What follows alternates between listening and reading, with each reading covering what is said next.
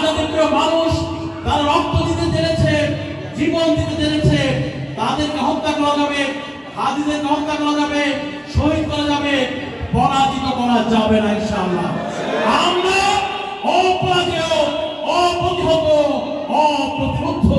সুতরাং আমাদের এই যাত্রাকে কেউ থামিয়ে দিতে পারবে না। সুতরাং জুলাইয়ের যুদ্ধের সাথে, সেই গণ অভ্যুত্থানের সাথে যারা গাদ্দারি করবে, আমার অসংখ্য শহীদ ভাই রক্তের সাথে যারা গাদ্দারি করবে, যারা বেইমানি করবে, তারাই বাংলাদেশে অপ্রাসঙ্গিক হয়ে যাবে ইনশাআল্লাহ। সেই রক্তের সাথে গাদ্দারি করে বাংলাদেশে কেউ টিকতে পারবে না ইনশাআল্লাহ। আমরা কারো কাছে মাথা নত করব না, আমরা কারো বর্ষতে সেখানে করবো না। যারা ওই ভারতীয় আধিপত্যের কাছে নতি স্বীকার করে বাংলাদেশে রাজনীতি করতে চায়, তাদেরকে ইনশাআল্লাহ আমরা লাল কার্ড দেখিয়ে দেব। অন্যায়ের কাছে, অসত্যের কাছে আমরা মাথা নোয়াব না। আমরা স্বাধীন সার্বভৌম দেশ হিসেবে পৃথিবীর বুকে মাথা উঁচু করে দাঁড়াতে চাই।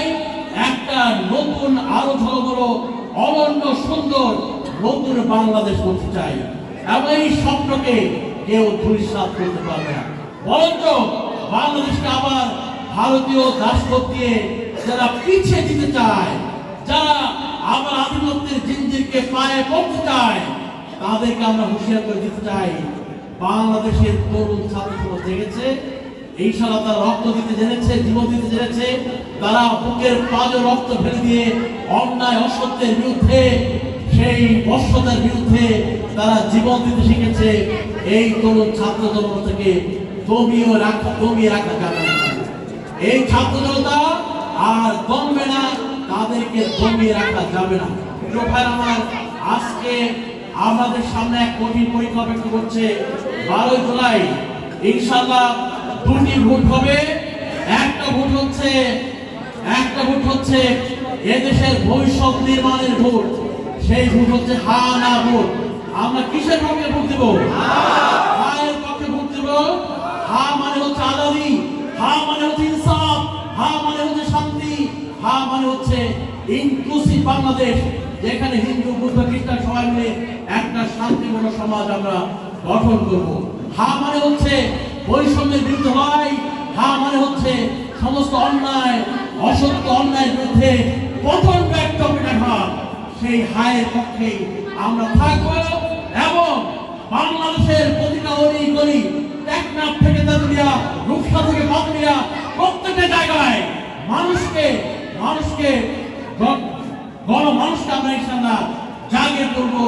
ইনশাআল্লাহ ব্যাপক গণজাগরণের মাধ্যমে নতুন এক বাংলাদেশ গঠন হবে এবং ইনশাআল্লাহ হা জয়যুক্ত হবে। সুতরাং হায়ের বিরুদ্ধে যারা নামছেন, যারা ন্যায়ের পক্ষে কাজ করছেন, তারা বাংলাদেশে অবশ্যই তারা কি হয়ে যাবেন? ইররিলেভেন্ট হয়ে যাবেন, অপ্রাসঙ্গিক হয়ে যাবেন।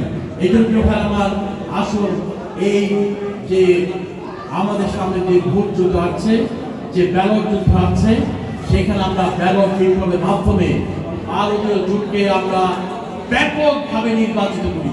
এবং প্রিয় ভাই আমার, এখানে যদি আমরা ভুল করি, তাহলে আমরা দেখতে পাচ্ছি বাংলাদেশের আকাশে এক দুর্যোগের ঘটনা। বাংলাদেশ আবারও সেই 100 বছরের পরাধীনতার জিঞ্জির করতে হবে। আমরা কি সেটা চাই?